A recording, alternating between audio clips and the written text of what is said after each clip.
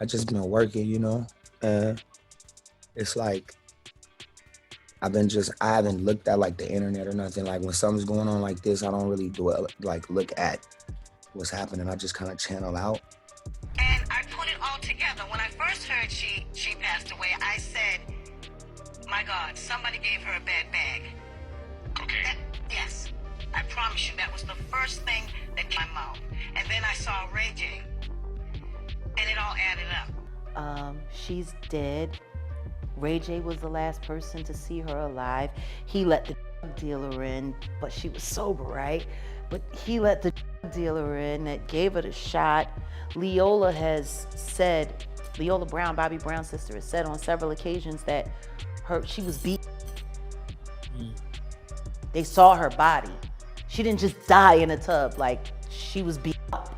Y'all, something really strange is happening with Ray J, and he's back on social media claiming he wants to end it all. Now, this isn't the first time he shared these kinds of messages, but fans are starting to connect the dots, and they're saying he might be just trying to distract everyone from the latest reports linking him to Whitney Houston's tragic death and Wendy Williams' struggles. These rumors have been floating around for ages, but they really picked up steam after Stunna Girl recently publicly called out Ray J, accusing him of taking Wendy on a substance binge and suggesting he might be involved in her ongoing health issues and guardianship drama. As for Whitney, multiple sources have raised eyebrows about Ray J's connection to her untimely death, especially since he was one of the last people to see her alive. There are even whispers that he was seen sneaking out of her hotel room right before the news broke that she drowned. And then there's Ray J's ties to Diddy, who has his own close connections with Whitney's mentor, Clive Davis. So yeah, this whole situation is getting super sketchy. So what's really going on with Ray J right now? Is he genuinely facing a mental health crisis, or is he just being dramatic to deflect from those rumors about him being a handler and possibly involved in Whitney's passing? Let's break it down.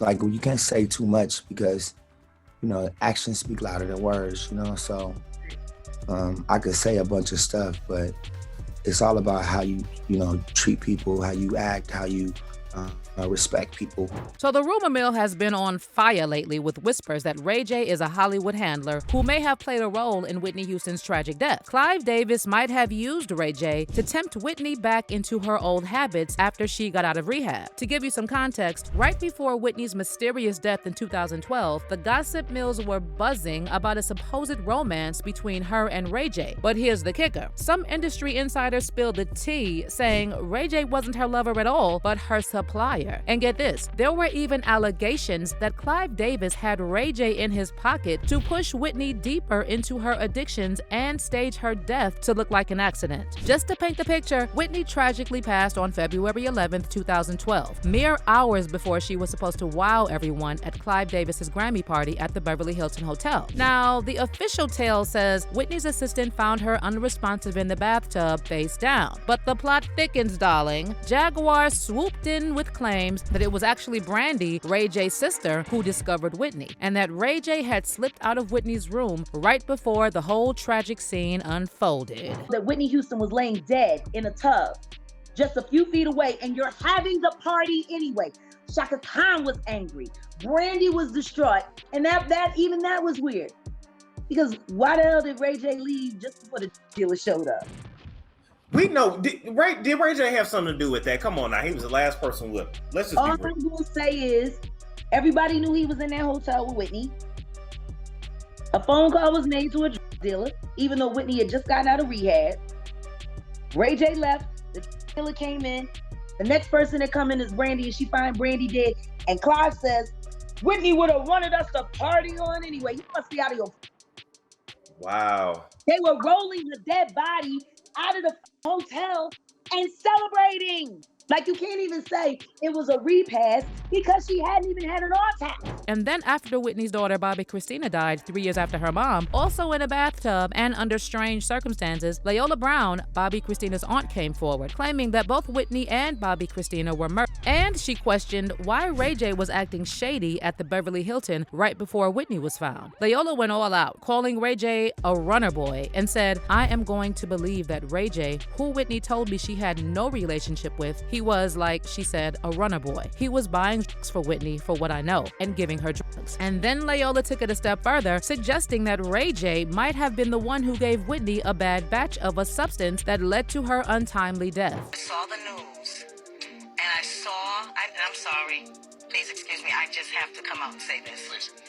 I saw Ray J coming out of the hotel, hiding his head, being pushed into the car. Why? I looked and I said, why is he hiding? Why is he hiding his face? He's always trying to show his face when he's around Whitney. Why now? Why are you trying to hide now, Ray J? And I put it all together. When I first heard she passed away, I said, my God, somebody gave her a bad bag. Okay. Yes. I promise you, that was the first thing that came out. And then I saw Ray J, and it all added up.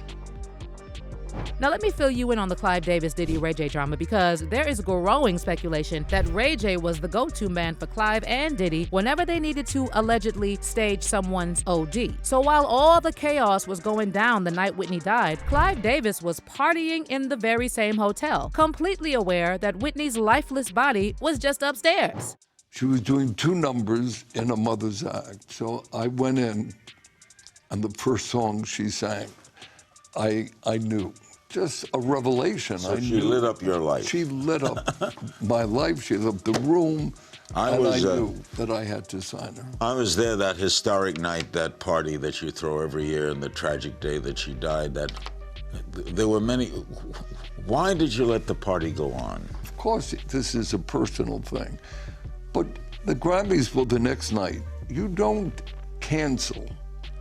You turn an evening into a tribute. You did a magnificent evening. Into... Did you give a thought to canceling? Never.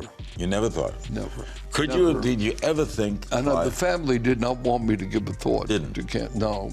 And here's the kicker. Diddy was right there celebrating with Clive at the party. And Clive even picked Diddy to give a speech, supposedly to honor Whitney. But hold up, Diddy and Whitney were never friends. So why would Clive choose him out of all the guests to speak about Whitney's passing? Now fast forward to a few days after the Grammys, and Diddy popped up on the Ellen show. And when Ellen brought up that speech about Whitney he gave at Clive's party, Diddy got all nervous. And then he shared this story about how he somehow got into Whitney's wedding with Bobby Brown back in the day, even though he didn't know Whitney then.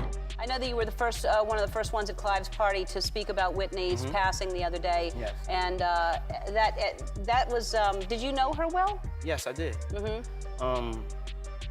I actually, when I was growing up in the music industry before I had success, I somehow got on her wedding invitation. So I was at her wedding, but I didn't really know her, but it was like the hottest thing in town for the music industry, but I didn't crash the party somehow. You know, I was a hustler. I got my name on there, me plus one. I went there, and I was just like, oh my God, I'm at Whitney Houston's wedding. You know, I was a big Bobby Brown fan. And then throughout the years, I got to meet her, and she was so full of life, so full of just joy, and she always made you feel like she noticed you and recognized you and spoke to you, and she'll definitely truly be missed. Yeah. Well, if those rumors about Diddy and Clive Davis are true, we all know exactly how Diddy got that invite to the wedding. But there's even more to this craziness. After Clive's Grammy party ended, Diddy didn't just call it a night. He went on to throw another party at the Playboy Mansion. And get this, the party was so wild that Diddy ended up in the hospital the next day. According to this article published by Entertainment Weekly, the day after the Grammys, Diddy was hospitalized for a severe migraine that developed after he returned home from the Post-Grammy party he hosted at the Playboy Mansion. So let me get this straight. Clive and Diddy were supposedly so heartbroken over Whitney's passing that they felt the need to party all night long? Seriously? Even we fans who never even met Whitney were in shock and mourning for days after hearing the tragic news. The idea of partying was the furthest thing from our minds, and this is exactly why fans are convinced that there's more to the story. And they're speculating that Diddy and Ray J both know the real truth about what happened to Whitney. Oh, and by the way, Ray J and Diddy became very close after Whitney's death, and there's plenty of footage out there showing Ray J hanging out at Diddy's mansion. I don't forget where you come from. Yeah, love. My guy in the building.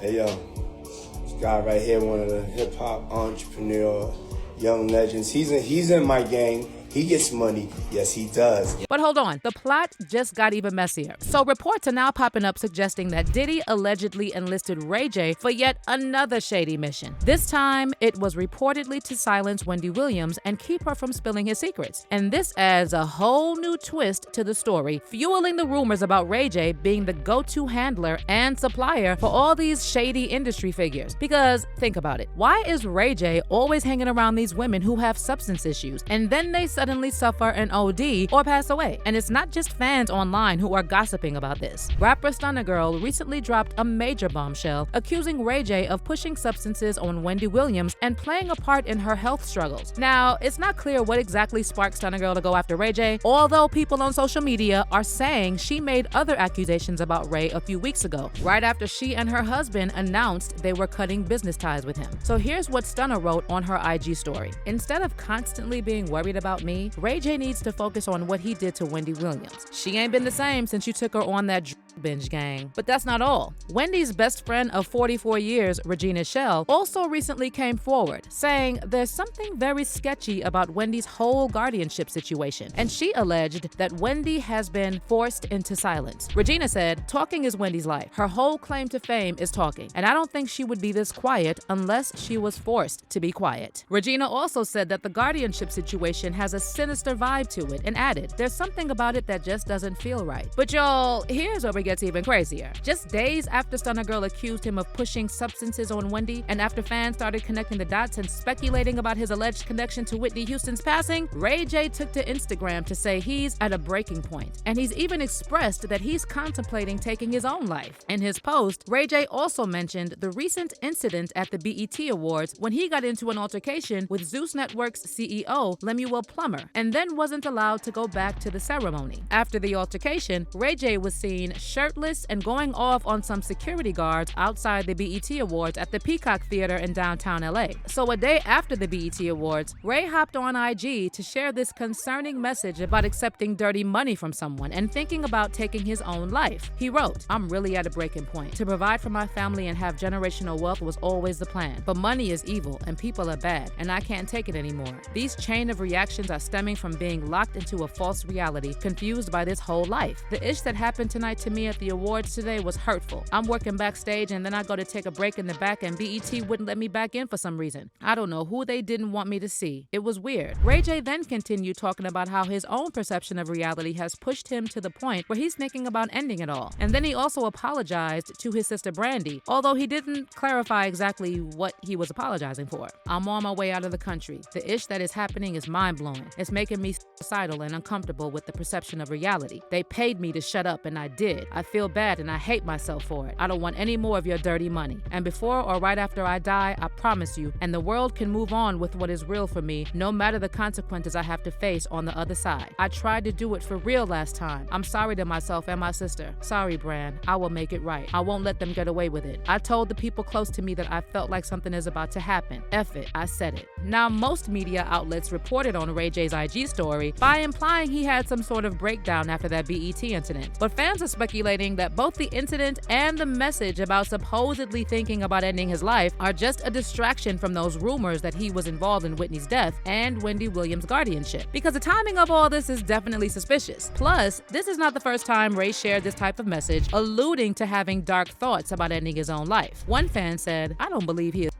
at all. Ray J wants attention and I'm not here for him. His conscience is kicking in and it's a heavy price to pay." And someone else wrote, "Ray J just pulled his thing not too long ago after he did something stupid. I've been dealing with a narcissistic individual way before it was a buzzword, and this is what they do when they face backlash. They go to 100 with the so the backlash stops. God bless if it's real. But when a person pulls this multiple times, but let me know how you feel about Ray J acting out. Do you think he's just trying to distract from those reports about his alleged connection to Whitney and Wendy's demise? Or do you think the guilt is really eating him alive? Drop your comments below and don't miss out on this next video.